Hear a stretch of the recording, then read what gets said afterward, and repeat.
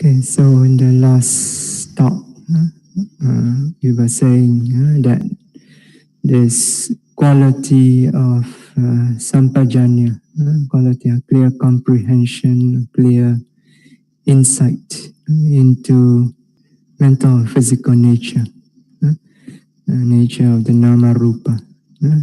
So this clear comprehension, clear insight, it does not arise in our practice just like that. You want it to arise, it arises. It doesn't arise like this. It's also anatta. So it follows its own conditioning. Okay? So it's conditioned.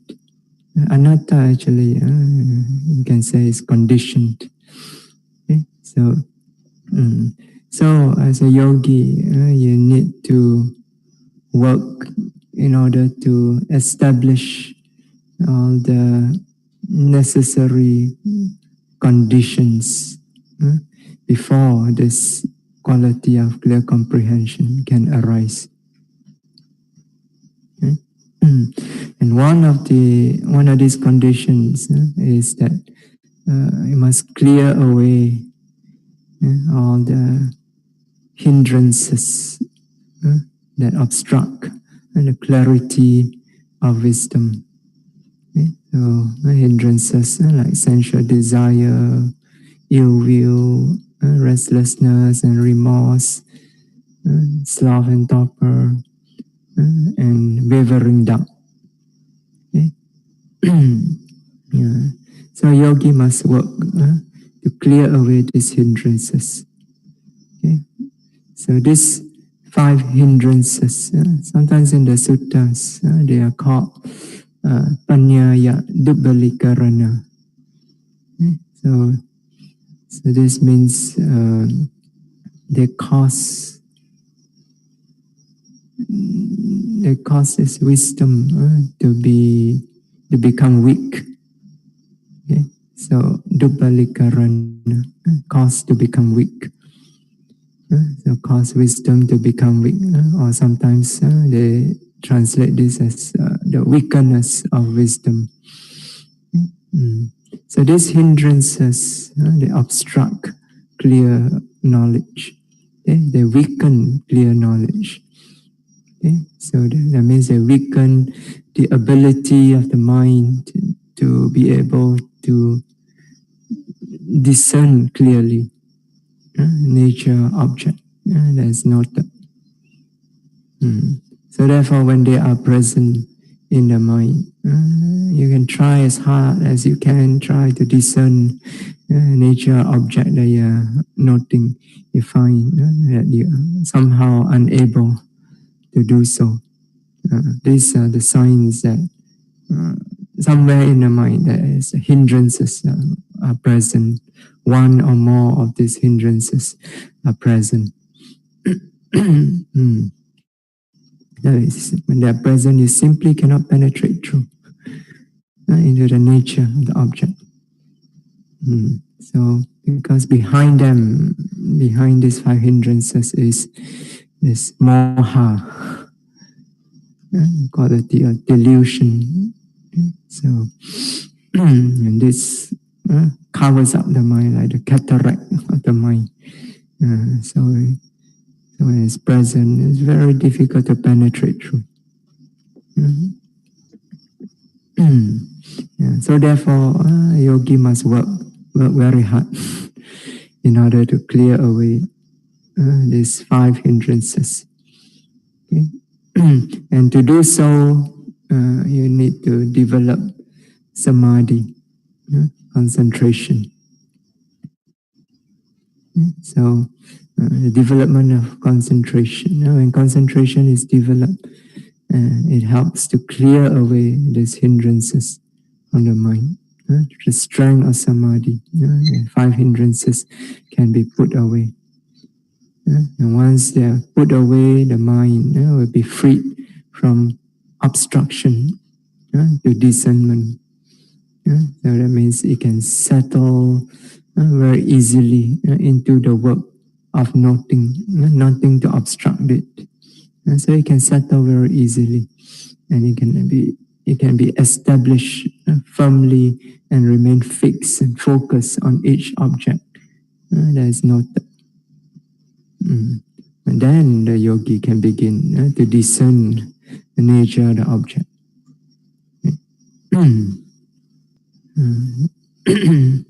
So question is in how to develop this samadhi.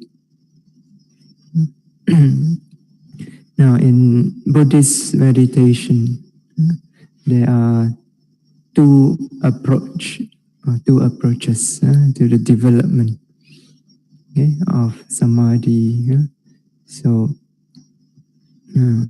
one is called the samatayana, vehicle or the approach of samatha, approach of tranquility, calm. So the other one is, of course, vipassanayana, the vehicle of or approach of insight. So there are these two approach. Okay. The first one, samatayana. So a yogi who follow this approach.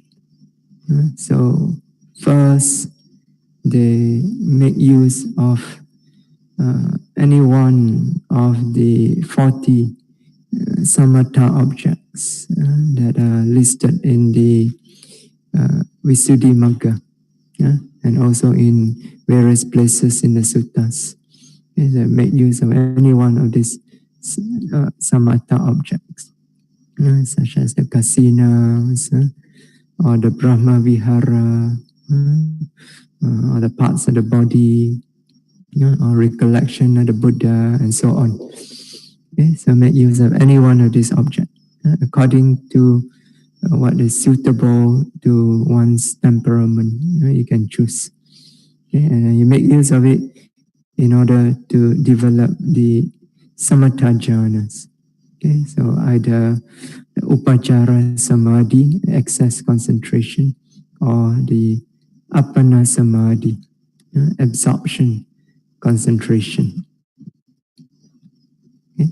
So you just focus the mind on this object until the mind become concentrated on it with either excess concentration or absorption concentration. Okay, absorption concentration, appana samadhi, means the first jhana, second jhana, third jhana, and so on. Okay. So once they have developed the samatha jhanas to their heart's content, they're satisfied already. They're satisfied that they have developed enough. So some may develop up to just upachara samadhi, then they feel it's enough already. Some may develop first jhana, then they feel it's enough already. Some may develop second or third or fourth, and so on. So once they feel satisfied, then they turn their attention to development of vipassana. Okay? So in order to develop vipassana, first they enter into whatever state of concentration that they have developed, and then they withdraw from that. Okay? And then immediately upon withdrawal, they turn their mind back onto the state of concentration. Okay?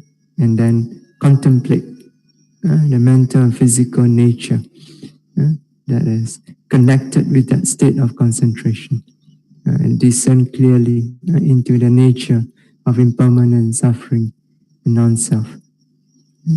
So that's how they develop vipassana. Okay. So in this approach, the samatayana approach, okay, so emphasis in the beginning is purely on samatha, on the development of state of samatha, a state of concentration, tranquility, calm, peacefulness. Okay? Yeah. Then after that only, they switch to vipassana. Okay? So emphasis in the beginning is purely just on samatha. Okay?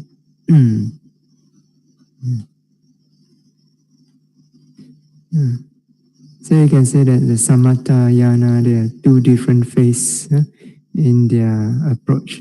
The first phase is purely samatha. Second phase is vipassana. Okay.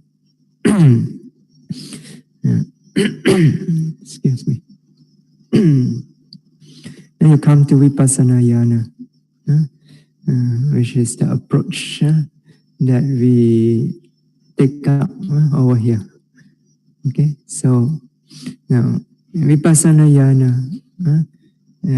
this approach is straight away, without developing samatha, without developing any upachara samadhi or appana samadhi. So straight away the yogi who follow this approach, he or she will straight away proceed to the development of what is called kanika samadhi, momentary concentration. And he or she developed this kanika samadhi by immediately contemplating nature of the nama rupa, mental physical nature that arises within one's experience. Okay? So whether seeing, hearing, smelling, and so on. Okay? So we begin immediately by contemplating again and again nature and nama rupa that arise within experience. So as I contemplate this gradually, because there is some focus of mind as you contemplate each moment of experience. So gradually, the kanika samadhi, this momentary concentration, becomes established. Okay, and as it becomes established, insight also becomes established and developed along with it. Okay. So in this second approach, vipassana yana approach, emphasis throughout the practice is on vipassana, on the development of insight.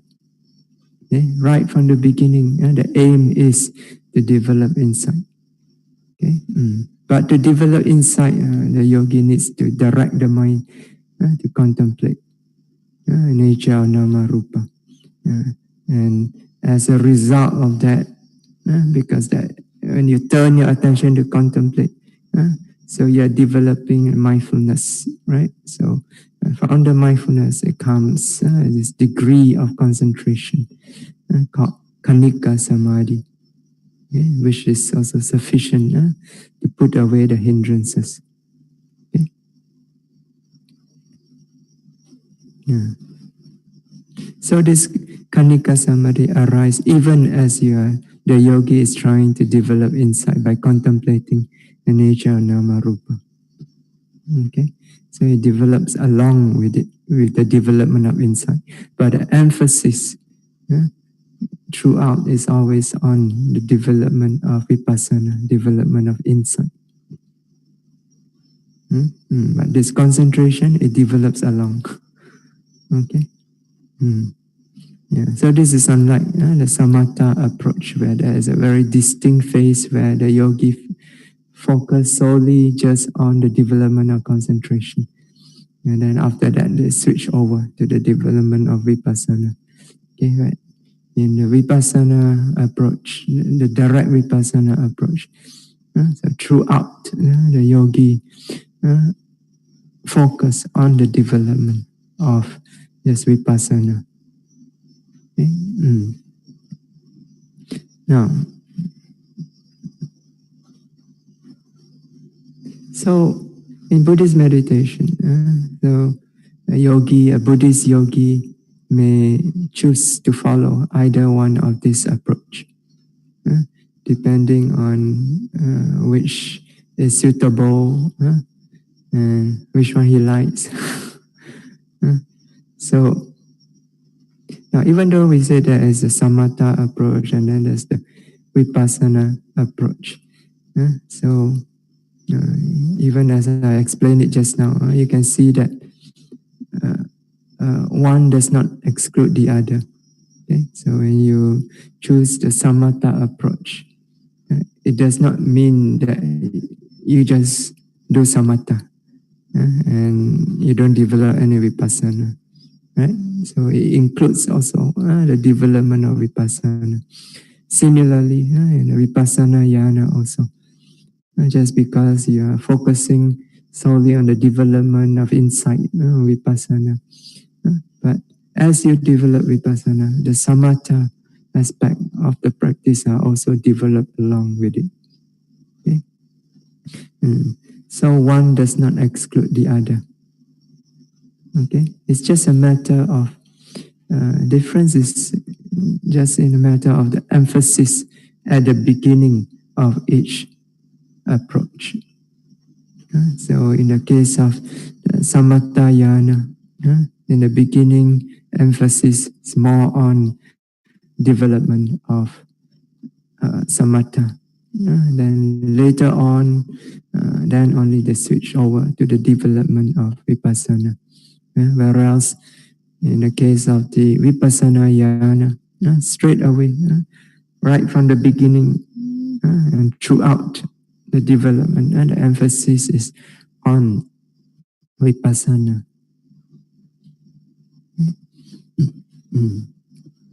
Yeah. But regardless of whether it is samatha approach or vipassana approach, finally, in both approach, finally, both the samatha aspect and the vipassana aspect must both come together. So, especially when you're developing insight, they must both come together, right? So, as we mentioned the other day, in every moment when you note the object, so both this samatha aspect as well as the vipassana aspect, they are present in each moment when you note the object. Even in the Satipatthana also, Satipatthana Sutta, Buddha says sati and sampajanya, these two qualities are present every moment when you note. Okay? Sati represents the samatha aspect. Sampajanya is the vipassana aspect. Okay? So these two aspects, the samatha and vipassana, they need to both work together in order for there, first of all, to be wisdom, and then also in order for the wisdom to mature enough, to become mature enough, in order for the mind to finally let go into wisdom, into freedom. Okay, so you need both this aspect. Every moment when you know, you need the samatha aspect to hold the mind steady, fixed on the object without being distracted. And then you need the vipassana aspect, which is the wisdom aspect, to explore deeper and deeper into the nature of the object. Okay? So with these two present, clear insight can arise, and this insight can develop, become more and more mature. Okay, so so which approach is better?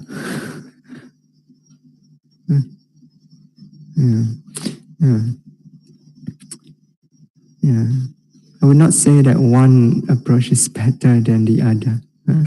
So, yeah, it really depends on the yogi. So, there's a reason why there are these two approaches. Why the Buddha taught these two different approaches. Okay? Because suitable for different people. Yeah. Yeah, but personally, of course, I would prefer the Vipassana approach. So, why? Because it's more direct. Yeah, Vipassana approach. It goes straight into business, development of insight. Right? So, yeah. So in Vipassana, it's very direct. Straight away, you jump into what matters most. That is the development of insight. And this is more important because finally, it is wisdom that liberates the mind, right, from suffering in samsara. So samatha only supports. Okay, but finally, you need this cultivation of wisdom.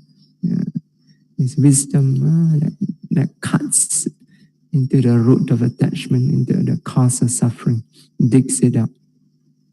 Okay? And the approach of Vipassana, it goes straight into this. Okay? So it doesn't go through the long way of having to spend a lot of time with the development of samatha. Because development of samatha can take a very long time. And you need a very suitable location, a place where you cannot be disturbed at all. Because even a little bit sound can disturb the development of samatha. This is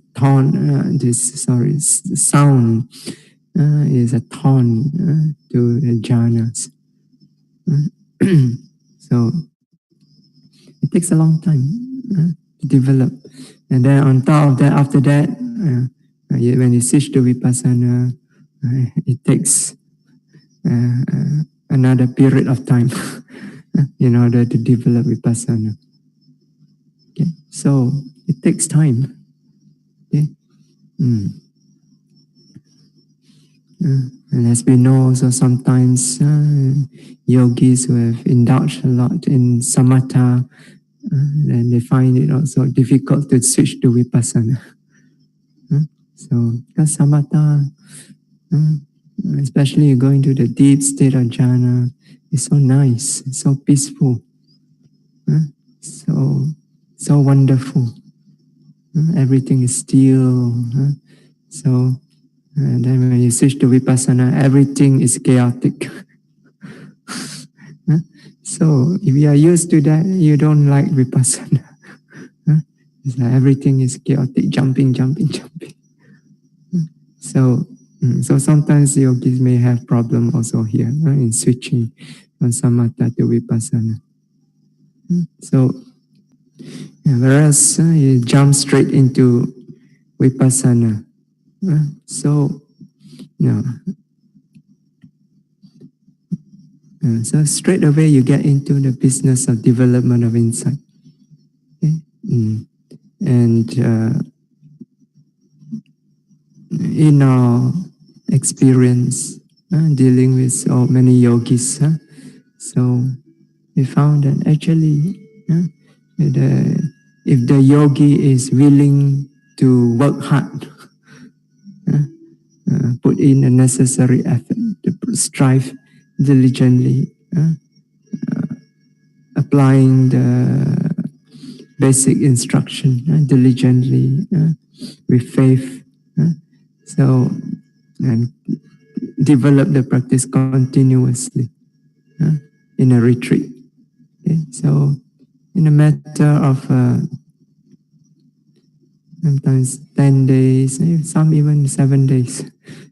So some 10 days, some 14 days, 2 weeks. It is possible for yogi, but you must work very hard. So it is possible to experience at least the first few lower insights, at least. Some may experience higher than that also. So, so in a matter of just 1 to 2 weeks, it is possible to experience some degree of vipassana, a clear insight into the nature of nama rupa.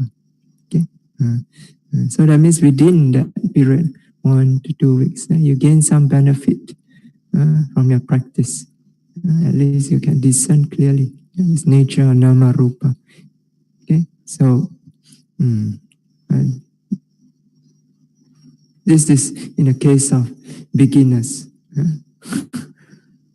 Okay, so those yogis who have more experience, those who have come for several retreats before, especially some yogis have come for so many retreats throughout the year. So they've been developing their practice continuously, persistently from one retreat to another. So they may even possible for them within that short period to experience even deeper insight than that. Okay? Depending on how skillful they are and how much they develop their practice. Okay? And some yogis, within a few days, they can bring their mind into very deep vipassana samadhi and experience deep insight, even up to Sankarupeka. So within that short period of time, it is possible for yogis, okay, who follow the approach of vipassana to get this benefit of the practice. Whereas the samatha approach, it takes a longer time. So develop samatha. So, and you need a very suitable place. Place that is very, very quiet. You have to go deep into the forest, or into a mountain cave, somewhere where nobody can disturb you. Nowadays, it's very difficult to find such places. So, vipassana doesn't matter, even near a mosque also can. So they do their chanting, you're just not hearing. You see? So it takes a long time. So since most yogis today don't have much time, right? How long can you commit in a year? The practice. Most people who are still working, how much leave can you apply? 2 weeks. 2 weeks is already very good, right? So since you have not much time, so the vipassana approach is much more suitable, right? So at least you get some benefit at the end of the 1 or 2 weeks of retreat. Benefit of clarity of wisdom, this and clearly nature of the nama rupa. You get some clear understanding. And for most yogis, we find most yogis, because they are very good Buddhists, so most Buddhists, their defilements are not so strong. So I would like to believe. So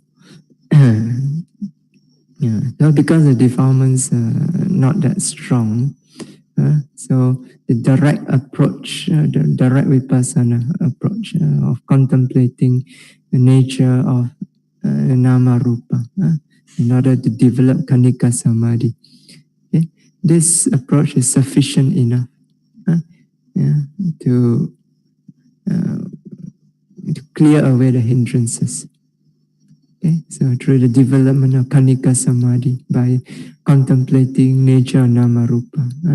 If your defilements is not strong, this approach, this kanika samadhi that is developed, this is usually sufficient in order to put away the hindrances sufficiently in order to develop clear insight into the nature of nama rupa.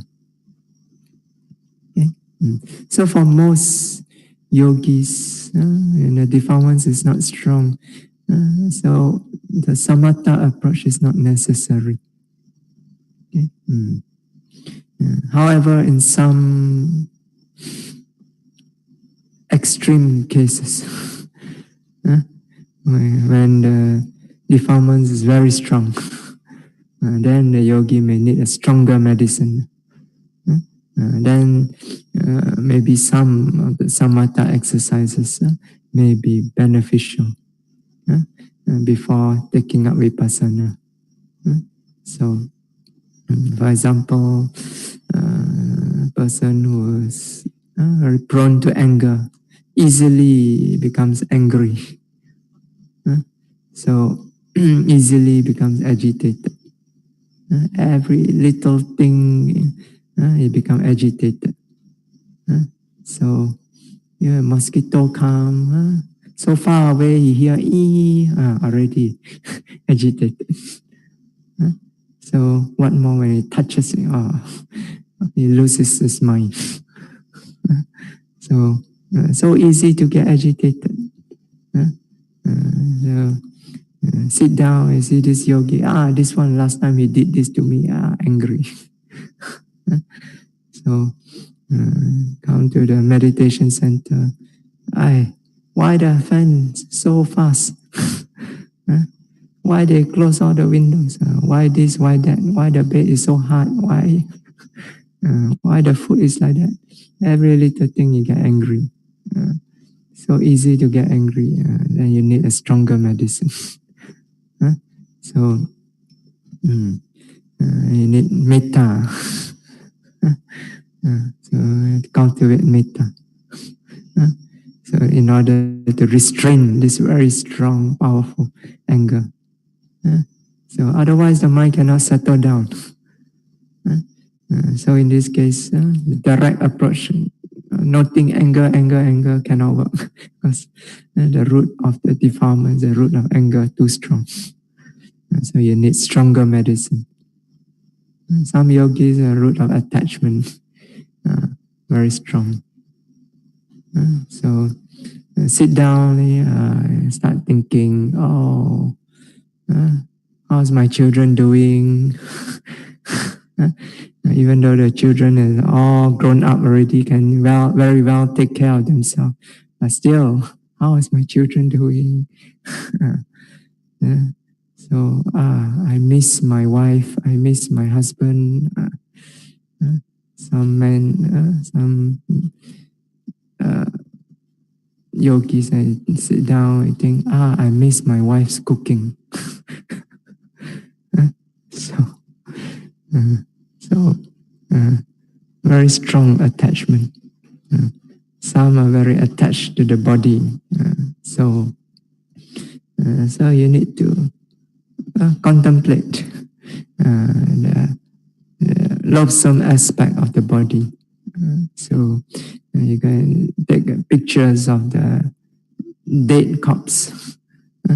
See the corpse are all bloated out, the skin all blue-black, with all the fluid oozing out from all the different apertures, from the nose, from the eye, from the mouth, everywhere. So you look at this again and again until the picture sinks into you. Then you no longer have attachment to this disgusting body. So you have some attached to food. So you contemplate loathsomeness of food. Every time you go to the toilet, you look at the end result of the food. Look until it sinks in. And then no longer have attachment to food. So in the case of very strong defilements, so some of this samatha contemplation may be beneficial before taking up vipassana. But either way, whether you choose the samatha approach or the direct vipassana approach, regardless. Both approaches. Finally, the yogi arrive at the state of mind called Chitta Visuddhi. That is purity of mind. Okay, so this is a state of mind or condition of mind where the mind becomes completely freed from the hindrances, from all mental impurities. So the mind becomes perfectly pure and clean. So when it's pure and clean, then it's able to discern clearly whatever object it notes. Okay. So regardless of which approach, whether you approach through samatha way or through direct vipassana way, finally the yogi arrive at the state of Chitta Visuddhi.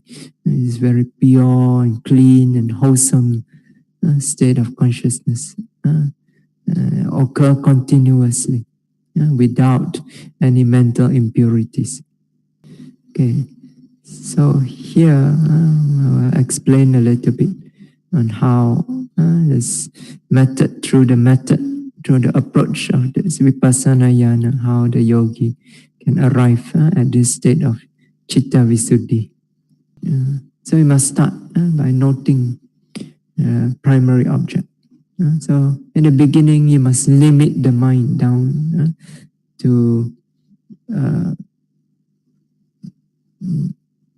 just a few objects. Okay, so limit the mind down to noting just the primary object. Okay, so you spend most of your time noting the primary object. You anchor your attention on the primary object. Okay, whether it is rising, falling, whether it is sitting, touching, or in the walking meditation, contemplation of the process of walking, lifting, pushing, placing. So you anchor your mind on this primary object. Okay? Note it continuously, rising, falling continuously. Don't let the mind run frequently to the secondary objects. Okay, so the secondary objects. So as we described earlier, when we explained the basic instruction, so you only note them when it is absolutely necessary. Okay? In the case of sound and bodily sensation, you only note them when they are very prominent. That means when immediately they arise, they are so strong and prominent that immediately it pulls your attention away from the primary object. And then only you note. Otherwise, you ignore. Right? So a sound, for example, right now, so the sound of the raindrops outside, it doesn't pull your attention. Right? You're noting rising, falling. You can still stay with rising, falling. It doesn't distract your attention. So you ignore. Ignore totally. The sound of the insect you can hear in the background. But it's so soft. So you ignore. Don't care. Stay with the rising, falling. Anchor your attention on the primary object. Don't let it be distracted to these weak objects. Sensation in the body is also. So if it is just very mild discomfort, it doesn't attract your attention very much, ignore it. Okay? Just stay with the primary object. Okay?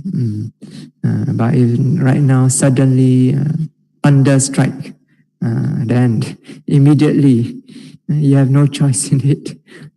Unless your concentration at that time is really, really very strong. Usually it's not that strong. Very loud thunder, your mind will immediately be pulled away. So in that case, you know, hearing. If your heart jump, you must not jumping. So you get, when your heart jump, there's this feeling, maybe discomfort or pain, that you must not pain. When all this disappear, then again go back, rising, falling. So same with sensation in the body. When it is really very prominent, very strong pain, then you turn your attention to know. Okay? Otherwise you ignore. Okay? A little bit mosquito bite, sometimes you can even ignore if your concentration is strong. So, yeah. So only when it's really very strong, very prominent, it pulls your attention, then you know. Otherwise, you continue to anchor your attention on the primary object. In the case of the wandering mind, and also the states of mind, unwholesome states of mind, like the hindrances, sensual desire, ill will, sleepiness, and all this. So in this case, you must know. When they arise, you must know. Because this state of mind, they are immediately a distraction. Like wandering mind. The moment the mind wanders, the mind is no longer on the primary object. It is already distracted. So immediately you must know. When a desire arises in the mind, it's not known until it disappears. And then you return attention to the primary object. So you anchor your attention on the primary object. You stay with the primary object most of the time. Okay? In this way, you limit down the number of objects. Okay? Because if there's too many objects in the beginning, chances are you end up being restless. Because in the beginning, you see, mindfulness is not strong yet. So when the mindfulness is not strong, when you note the object, it cannot exercise its nature of establishing firmly on the object. Okay? So it cannot establish firmly enough. Okay? So it doesn't have that strength yet. Okay? So it doesn't have that strength yet. You try to take this object and then that object and that object, so many objects. It cannot establish well on the object. After a few objects, chances are you will be distracted. It cannot stay on track. So that's why it's better just to limit it down to rising, falling. Just stay with it. Then the mindfulness, even weak also, it can stay continuously. Rather than take this object, take that object, then the mind get thrown out, thrown off track. Okay. If the mindfulness is already strong, then you can do that. You can take this object, take that object. Like when you do Dhamma nupassana, whatever nature arises, not one after another. When the mindfulness is strong, it establishes every single moment and every single nature that it notes. Okay? It stays on track. Okay? But not when the mindfulness is still weak. So when it's still weak, limit it down to just the primary object most of the time. This is better for the development of mindfulness. This is better. And the primary object also must be something simple, easy to follow. So rising, falling is very simple. Right? Nothing complicated about it. So when it's easy, it's a simple object, it's easier to follow. So, and it should also be, primary object should also be gross instead of subtle. Gross, so that the mind can discern it easily. Okay, it's subtle. Like the consciousness is so subtle, your mindfulness not strong enough yet. You cannot establish firmly on such a subtle object. So again and again, it falls away. So, but gross object, like connected with the physical body, like rising, falling, it's easier to discern.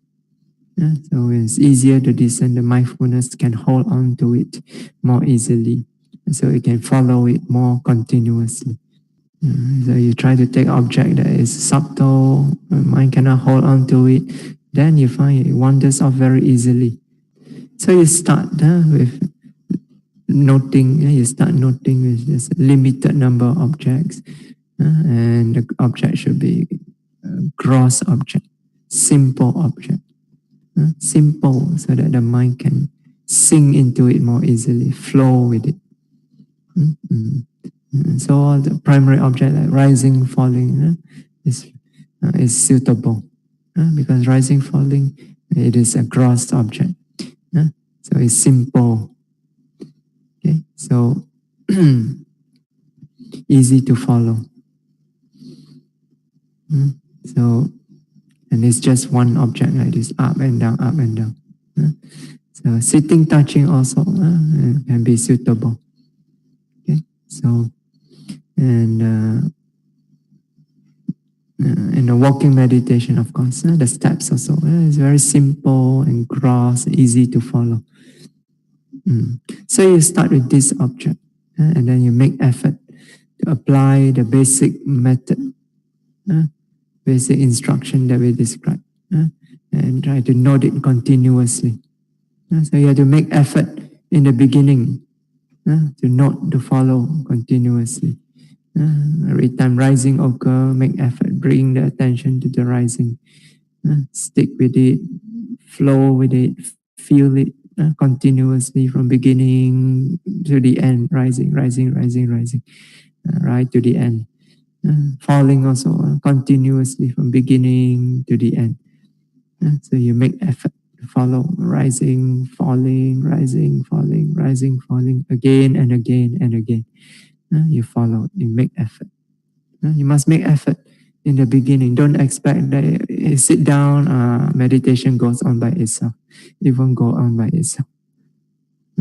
You sit in a car, does the car drive by itself? No, you have to make effort, step on the accelerator. Then the car will move. So you make effort in this way. But regardless of your effort, initially the hindrances, they are bound to arise. So if it's not restlessness, if it's not restless, wandering, your mind is sleepy. If it's not sleepy, mind is lazy, don't want to do anything. Especially now, these few days, weather so nice, so cool. Sometimes in the morning, so wonderful, sleepy. Let's not note. Let's just rest in this state. Aversion may arise, or agitation may arise, desire may arise. So hindrances may arise. Despite your best effort, not continuously. So, and when they arise, they hinder the development of meditation. They ruin the development of meditation. Okay? So long as these hindrances remain, you allow it to remain, your meditation will remain disrupted. Okay? So you allow it to remain for 1 minute, your meditation is disrupted for 1 minute. You remain for 2 minutes, you're disrupted for 2 minutes. You let it remain for 5 minutes. So throughout that time, no meditation going on, it's disrupted. So you should not let it remain. In the beginning, it's very difficult. So in the beginning, some yogis don't even know that the hindrances are present. So they let it remain. Sometimes for the whole duration of the sitting or the walking, it remains. Thinking all these wonderful thoughts. Some yogis sit there and then they think all these wonderful Dhamma thoughts. And they say, this is meditation. Thinking about Dhamma. This is hindrances. Even thinking about Dhamma is still a hindrance. So you have to make effort to note and dispel these hindrances as soon as they arise. So when we said note and dispel, dispel doesn't mean you forcefully cut them off. You dispel them by means of noting. So simply by putting all the effort into noting, you dispel these hindrances. Okay? So, for example, desire arise, sensual desire arise. So you put all your effort into noting the sensual desire. So that means you note wholeheartedly. Okay? All your mental energy goes into the noting of the sensual desire. So when all the energy goes there, there's no more energy left for the desire. So then naturally, it will become weakened and then disintegrate and disappear. So simply by noting desire, desire, desire, if you are really noting it properly, wholeheartedly, you'll see immediately it disintegrates. It will disappear. Okay? But if you are noting half-heartedly, sleepiness arise, sleepy, but at the back of the mind, very nice. That one, you're still feeding into the sleepiness. Then, of course, it will go on. So you have to note, in order to dispel, that means not wholeheartedly put all the effort into being aware of the state, whatever state of hindrances arise. Okay? Put your effort into it. If desire, be fully aware of the state of desire. If it's ill will, aversion, be fully aware that is the state of aversion. Okay? Don't get involved. When you get involved with the aversion, then you fit into the aversion. Okay? So you pull out completely, put all the effort into the noting. Then they will disappear by itself. You don't have to push them away. You don't have to forcefully cut them off. Okay? Yeah. So you have to make effort to note and dispel as soon as it arises. As the longer it is allowed to remain, the hindrances become stronger and stronger. So therefore the yogis have to be very alert to know as soon as hindrances arise. Immediately you must note in a way to dispel them. Right? So, yeah. But to do so, you also need to recognize that the hindrances are present. Only if you can recognize it, then you can immediately note. So, if you don't recognize, then you let it go on. Some yogis, they have all this aversion going on, noting pain, for example. Pain, the mind becoming tense, more and more tense, more and more agitated, but still pain. So then the mind become more and more tense. These are all the signs telling you that the hindrances are present. The mind is no longer pure, no longer wholesome. Remember, quality of wholesome mind? Softness, peacefulness, clarity. So when the mind is so tense, so agitated, it's no longer soft, no longer peaceful, no longer clear. So that's a sign the hindrances are present. So we must check what hindrance is present and note. So, so with repeated effort to note and dispel the hindrances each time they arise, and then to return the attention again and again to the primary object. If you do this again and again, gradually the strength of the noting mind builds up, the strength of the mindfulness builds up. And as it builds up, when the mindfulness becomes stronger and stronger, it becomes more and more better and better able to establish the mind firmly on each object that is noted. Then you find the mind becomes less and less distracted. There's less and less wandering of the mind. So eventually, all the restless wandering ceases altogether as the yogi keeps noting again and again. So the restless wandering ceases. At some point, it ceases completely. Instead, every moment of noting it's falling on the object that is noted. It's falling again and again on the object that is noted. Each time noting occurs, it just falls directly into the object, as if the noting mind is being thrown into the object. This is the force of the samadhi that is being developed. So, so when this happens, when a yogi find that every time noting occurs, the noting mind is plunging into the object again and again. This is when you can say that the Kanika Samadhi has been established. This moment to moment, momentary concentration has been established. Every moment you note, the noting mind dives into the object. Okay, there's a strength in that noting. Okay,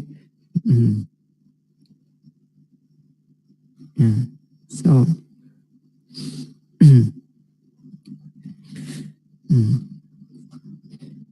And as this momentary concentration, you continue to note, it becomes stronger and stronger and stronger.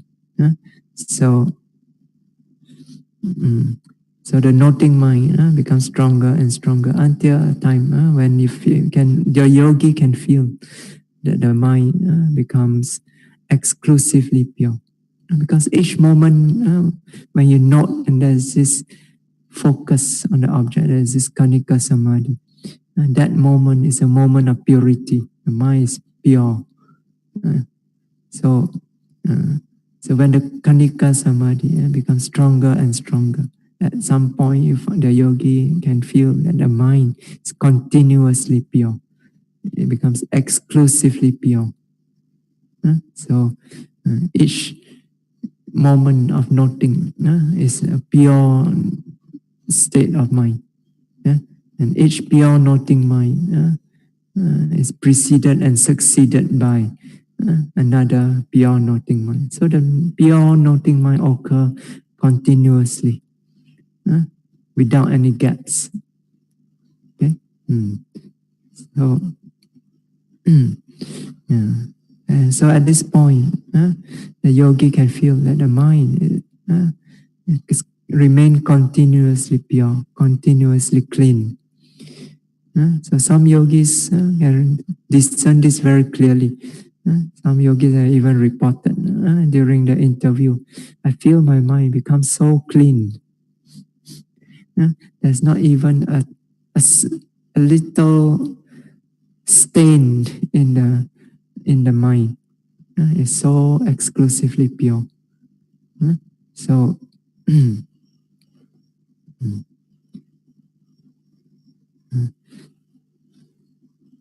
so this continuous process, pure noting consciousness, flows on continuously, one moment after another, noting one object after another, rising, falling by falling, then rising, then falling. So continuously, it is noting. So, and this pure noting mind goes on without a break, without a gap. Okay. So there's no, when this happens, so no impure thoughts, no unwholesome thoughts can intervene in between, because there's a momentum of this pure noting mind. So no unwholesome thoughts is able to intervene in between. So there's just this flow of pure, wholesome noting mind going on and on and on. So this is called Chitta Visuddhi, the state of purity of mind. The mind becomes exclusively pure. It's like it's just come out from the washing machine. So, yeah. So prior to this, the yogi find that the mind is not totally pure. Before this state of Chitta Visuddhi occur, yogi realize very clearly the mind is not always pure. Unwholesome thoughts keep intervening in between. All kinds of unwholesome thoughts, desire, aversion, wavering doubt, and so on, keeps intervening between pure noting. So the pure noting before that is mixed up with many impure consciousness. Okay. But once the strength of the Kanika Samadhi is developed, the noting becomes efficient. It flows with momentum. It has this strength of continuity. So the impure thoughts unable to intervene in between, cannot intrude into the mind. So only pure noting mind occur continuously, fixing the mind again and again on each object that is noted. So the mind completely pure, unpolluted. Okay? No pollution of mind. Yeah. But how long can this last? So for vipassana, direct vipassana yogi, unfortunately, in the beginning, it does not last very long. So it may last for maybe 10 minutes, 15 minutes, 20 minutes, maybe. So, but eventually it get interrupted. Okay. Some yogis only 5 minutes or so. So in the beginning it's like this. So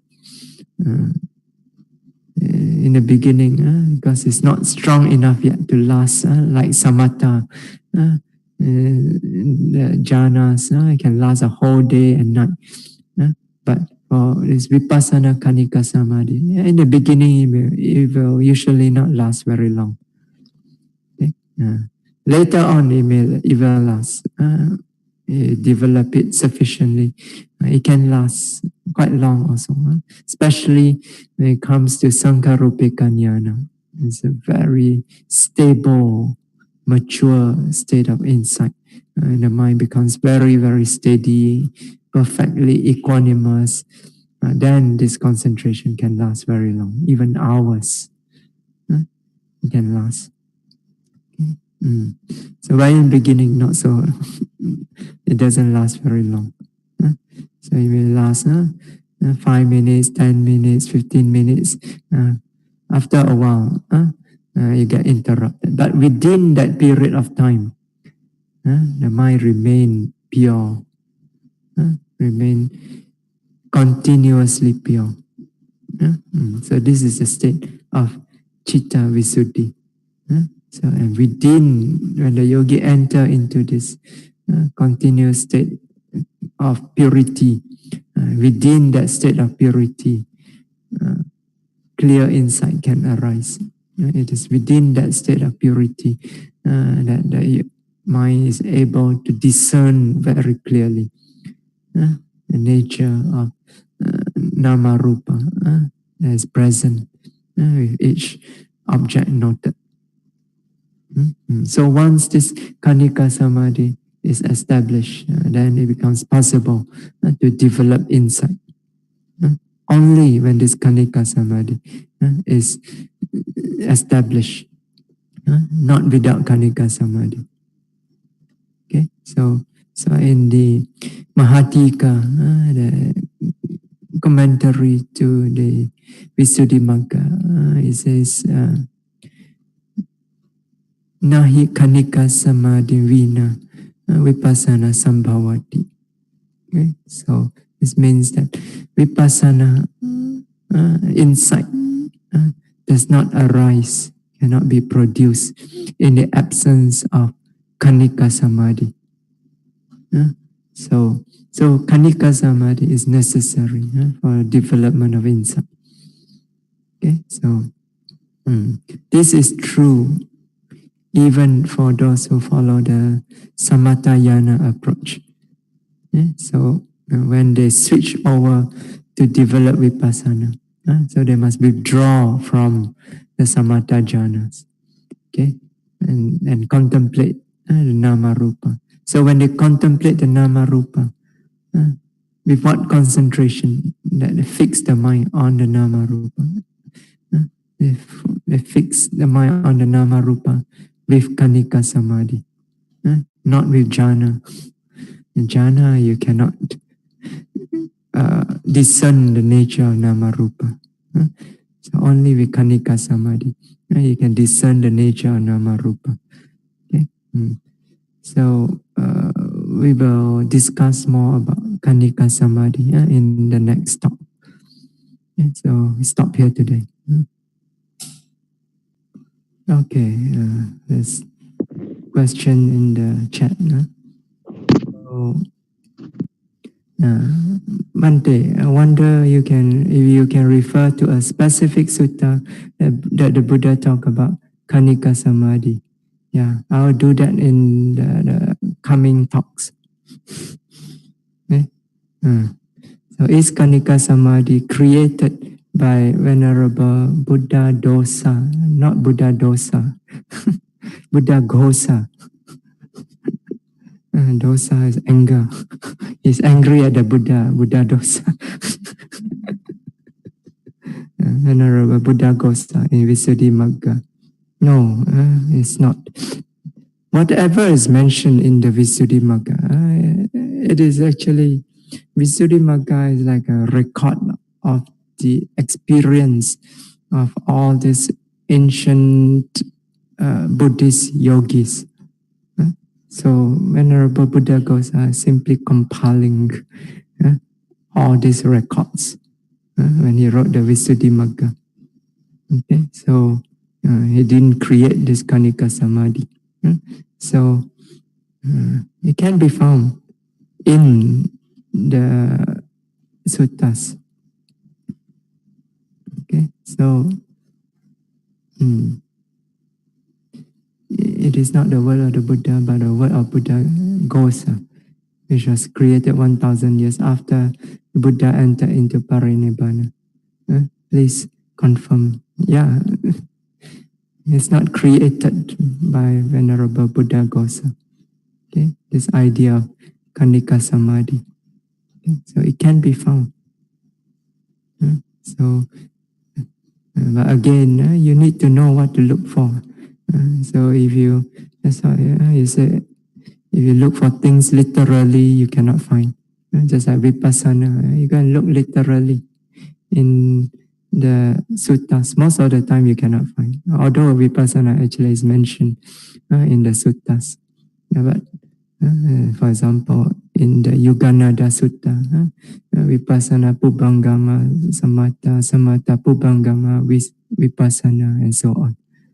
Okay, so it's mentioned. But most of the time when the Buddha describes Vipassana, he don't mention this word Vipassana. He described it. Contemplation, Rupa, Anicca. So materiality is impermanent. So there's insight into impermanent. That's Vipassana. So actually Vipassana is all over in the suttas. Okay, so Kanika Samadhi also. So, yeah. So sometimes you see things are described by the Buddha, okay? But Buddha don't give it a name. Okay? So, but in the commentary, because the commentary, the job of the commentary is to explain things more clearly. Okay? So one way that it does this is by giving names to things. Okay? The Buddha described this, then they identify this is what should you call this? So that's easier instead of so like vipassana. So you just use the word vipassana, define what is vipassana, then everybody understand. Oh, vipassana means discerning nature of impermanent suffering, non-self. So instead of every time you have to say, you discern anicca, dukkha, anatta again and again. Every time you have to say, discern anicca, dukkha, anatta. Easier to just say vipassana. Right? One word represent this. It's easier to explain more clearly. Right? Yeah. So another example I can think of is upachara samadhi. Excess concentration. You can look in the suttas and you will not find this word upachara samadhi. So, but it is described in the suttas, upachara samadhi. So the Buddha did describe before the yogi enter into the first jhana, which is the absorption concentration. Even before he enter into that, the 5 hindrances has already been put away, cleared away. Right? So there must be some degree of concentration present then. Otherwise, the hindrances cannot be put away. Okay, so the Buddha just mentioned that the hindrances put away. Right? Then after that only he said the yogi absorbed into the first jhana. Okay? So what is that concentration before? The Buddha did not give it a name. Right? So, but in the commentary, they give this a name. This is upachara samadhi. It's the access, concentration, access to the first jhana. That's why you must know what. You must understand what are all these things. What is vipassana? What is kanika samadhi? What is upachara samadhi? You must know the definition clearly. Then when you look at the sutta, you can tell whether they are there or not. Right? That's why the commentary are important. Sometimes they define all these things clearly. Then you know what to look out for. Okay, so one thing you say vipassana way is a shortcut for attaining vimutti. Yeah. Shortcut are not depend on you. Yeah.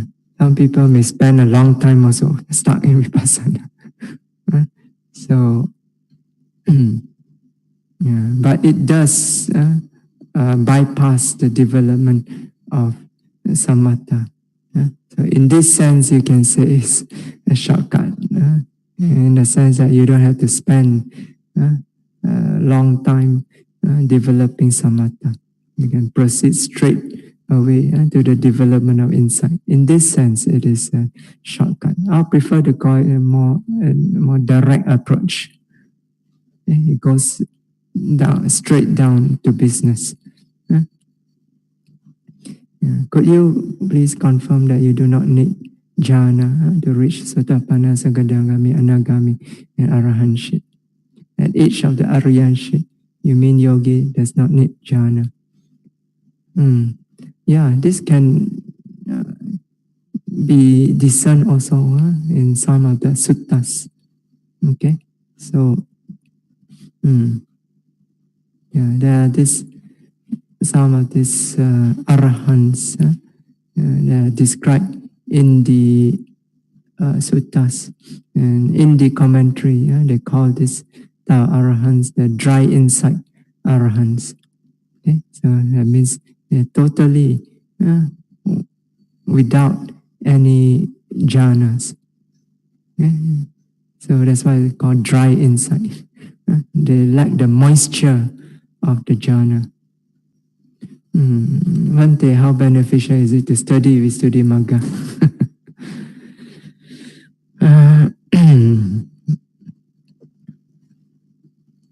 If you have a good teacher to guide you, actually you don't have to study anything.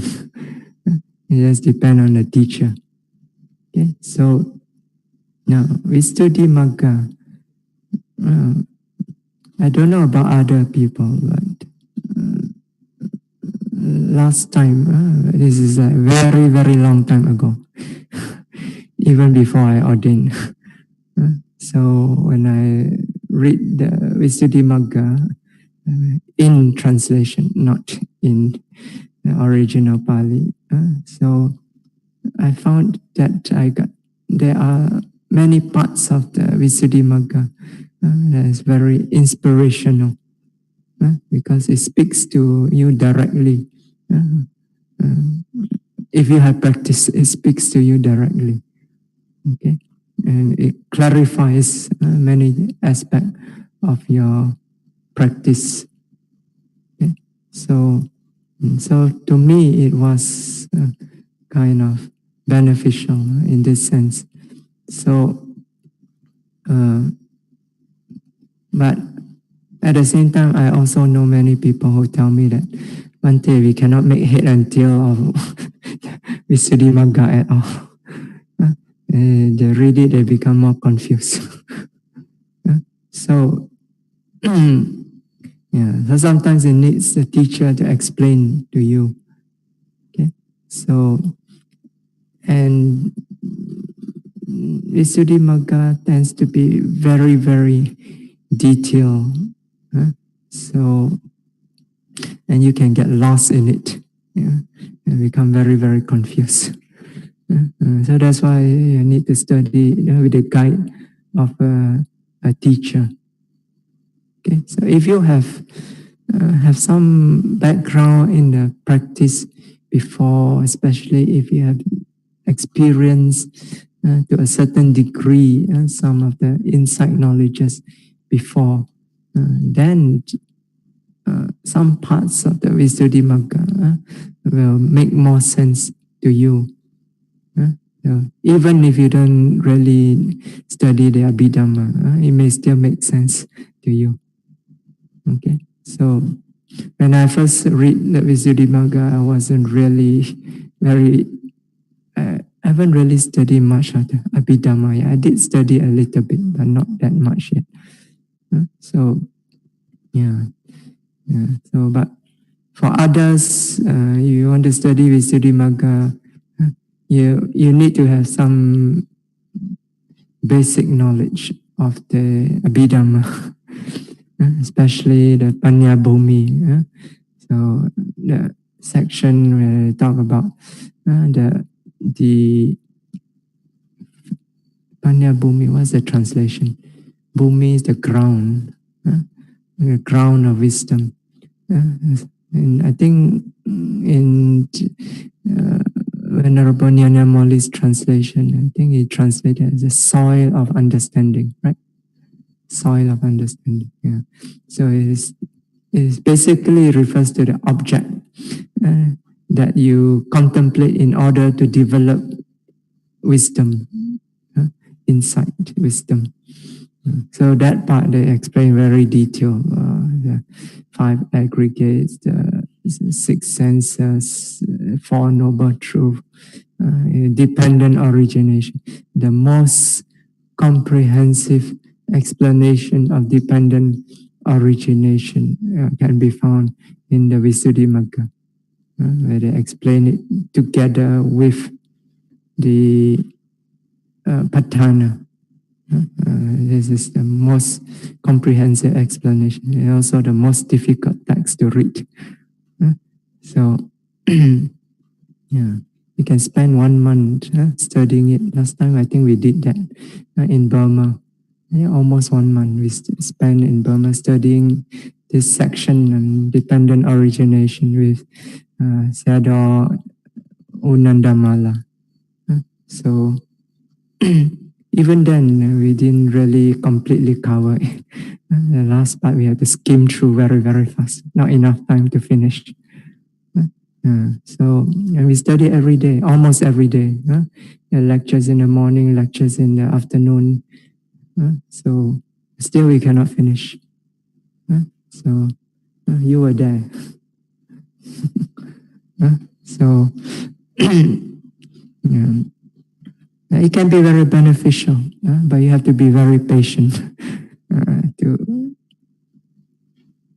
to go through it. So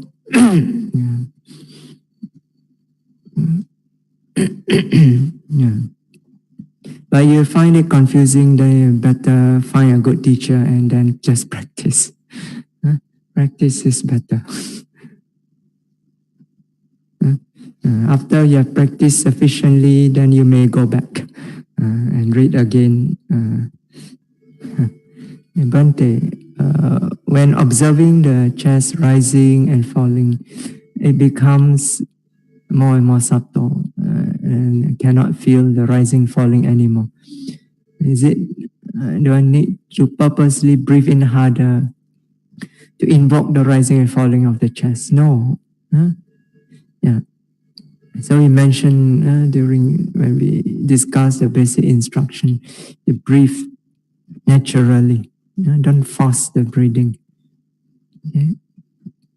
So you find that the rising, falling becoming difficult to discern, then you switch to not sitting, touching. Okay?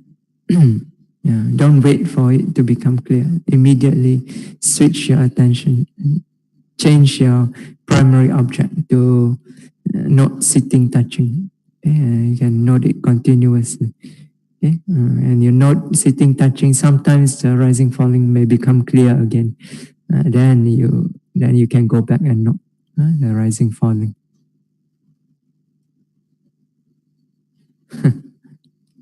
Bhante, how do I know the mind is pure? You will know when it is pure. So it's a very stark contrast to your everyday mind. Yeah. You know when you are wearing a clean cloth, when you are wearing a clean shirt and when you are wearing a dirty shirt? You know, right? So similarly, you will know when the mind is pure and when the mind is impure. This question is the same as the one before this. Bhante, while noting rising, falling, and as time passes, there will come a time when I become very calm and still, so much so that I couldn't feel the breath. I could not feel the primary object nor the secondary object. What should I do next? Okay, so yeah. So this could be a sign that the mind too much samadhi. Okay, yeah. So when concentration is too strong, the mind can become still, too still. And when it becomes too still, it doesn't actively note the object. It just rests there in the object. Okay, so yeah, so that's why the rising, falling after a while also becomes more and more subtle and difficult to discern. Okay, so you need to activate the noting mind. Okay, so you follow what we mentioned just now. Switch to the sitting, touching as the primary object. Okay, and note the sitting, touching. Note it vigorously. Okay, you're not sitting. You're not sitting. Put effort into every noting. Okay, make sure in every noting you exert the mind to feel clearly the sitting, the sensation connected with the sitting posture. Okay, when you're not touching also, same way, put effort into every noting so that you can feel the sensation of the touching clearly. So you're not firmly, okay, and not vigorously. Increase the noting, not touching. Okay, sitting also, sitting, increase. So you activate the mind, you make the mind work so that the mind become active again. You bring up the energy, then it will balance up the samadhi. Okay. All right. So that's all the questions we have tonight. Okay. So we'll conclude here, sharing merits. Imaya Dhammanu Dhamma Patipatiya Buddham Pujemi. Imaya Dhammanu Dhamma Patipatiya Dhammam Pujemi. Imaya Dhammanu Dhamma Patipatiya Sangham Pujemi. Imaya Dhammanu Dhamma Patipatiya Mata Pitunam Pujemi. Imaya Dhammanu Dhamma Patipatiya Acariyanam Pujemi. Adha Imaya Patipadaya Jaram Ranamha Parimocesami. Idam me punyam asawakaya waham hotu. Idam me punyam nibbanasa pacayo hotu. Idam me silam magabhalanyanasa pacayo hotu. Imam no punya bhagam sabba satanam dema. Imam no punya bhagam sabba satanam dema. Imam no punya bhagam sabba satanam dema. Sadhu, sadhu, sadhu. So may all of you be well, happy and peaceful always. May you remain healthy, safe and strong. May you all be able to practice Dhamma continuously without any obstacle, practice smoothly without any troubles. And may you all be able to experience the unconditioned peace of Nibbana through your practice of the Dhamma.